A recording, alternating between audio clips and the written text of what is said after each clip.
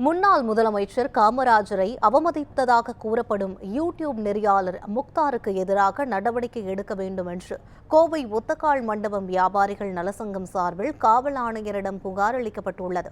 அப்போது சங்க தலைவர் கருணா ஹரிராம், நிர்வாகிகள் உள்ளிட்ட 50 பேர் கலந்து கொண்டு காமராஜரின் தியாகத்தை அவமதித்த முக்தாரின் பதிவுக்கு மாநிலம் முழுவதும் கண்டனம் எழுந்துள்ளதாக தெரிவித்தனர். விடுதலை போராட்ட வீரரை அவமதிப்பது தேச துரோகத்துக்கு சமமானது என கூறி அவர்கள் நடவடிக்கை எடுக்க கோரினர். பெருந்தலைவர் காமராஜர் ஐயா அவர்களையும் மற்றும் வியாபாரிகளை பற்றியும் தரக்குறைவாகவும் இழிவாகவும் பேசிய யூடியூபர் மை இந்தியா யூடியூபருடைய முக்தார் அகமது அவரை கைது செய்து சட்ட நடவடிக்கை எடுக்கணும்னு கேட்டுக்கிறதுக்காக இங்கே கமிஷனர் ஐயா அவர்களை பார்க்கறதுக்கு வந்துருக்கோம். என்ன மாதிரி பிரச்சனை அப்படின்னு பார்த்தீங்கன்னா, காமராஜர் ஒரு விடுதலை போராட்ட வீரர், கிட்டத்தட்ட 6 முறை சிறை சென்ற ஒரு மாபெரும் தலைவர், இந்திய அரசால் பாரத் ரத்னா அப்படின்னு சொல்லி அழைக்கப்பட்டவர். அது மட்டும் இல்லாமல் தமிழ்நாட்டில் 9 ஆண்டுகள் நல்ல முதலமைச்சராக இருந்தவர்.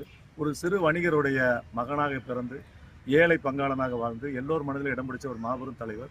அப்படிப்பட்ட ஒரு தலைவரை மிகவும் இழிவுபடுத்தி ஊழல்ங்கிற வார்த்தையை கரைப்பிடிச்சு அசிங்கப்படுத்தி இந்திய தேசத்துக்கே ஒரு அசிங்கத்தை ஏற்படுத்துகிற மாதிரி ஒரு செயலை அவர் செஞ்சிருக்கிறார். அந்த யூடியூப் சேனலை தடை செய்யணும், முக்தார் அகமதுக்கு கடுமையான சட்ட தண்டனை கொடுக்கணும் அப்படிங்கிறத இதன் மூலமாக எங்கள் வியாபாரிகள் சங்கத்தின் சார்பாக தலைவருங்கிற முறையில் நான் கேட்டுக்கொள்கிறேன்.